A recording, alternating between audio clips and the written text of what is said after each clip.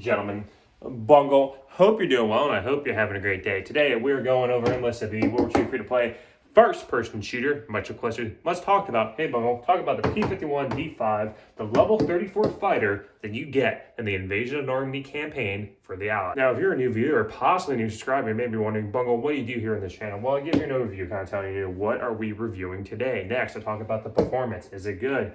Is it bad? And lastly, is it worth it? So without further ado, let's begin. Start off with an overview. All right, so this is a level 35 fighter that you unlock in the Invasion of Normandy campaign for the Allies.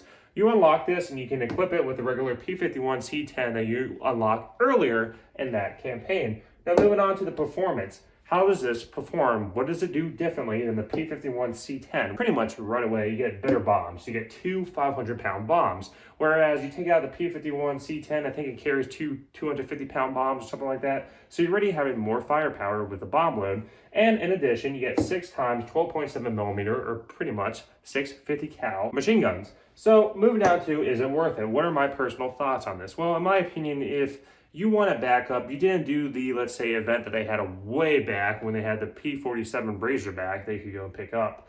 If you didn't get the P-47 Razorback and you're up to this point, you like the P-47, you kind of want a, a little backup to it. Well, this does a good job of being a fighter. It's really good, very maneuverable, very fast, very quick. But in terms of being an attacker, it doesn't really perform that well compared to, let's say, the P-47. The reason why the P-47 performs better than, let's say, the P-51D-5 when it comes to attacking is that the P-47 gets HVARs.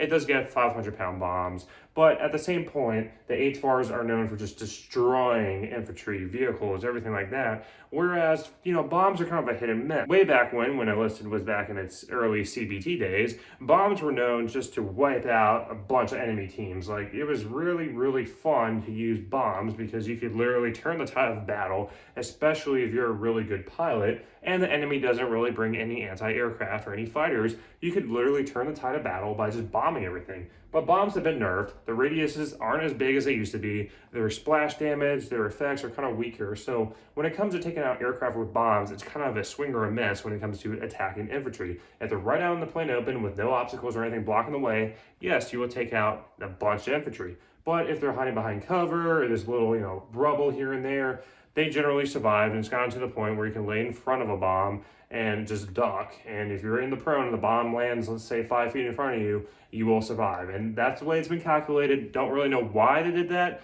but that's the problem when you try to be an attacker. It isn't really going to work that well, whereas the HVARs are known for just destroying everything. So I would recommend this only if you do the following. If you're a premium player, you know that you can take up to 3 vehicles out into combat. Generally, one of those vehicles is probably going to be a tank, like the Jumbo, and the 2 other vehicles, you can either have another tank to back it up, or you can go out with 2 aircraft, such as the P-47, and then you can have this if you did not get the P-47 Razorback.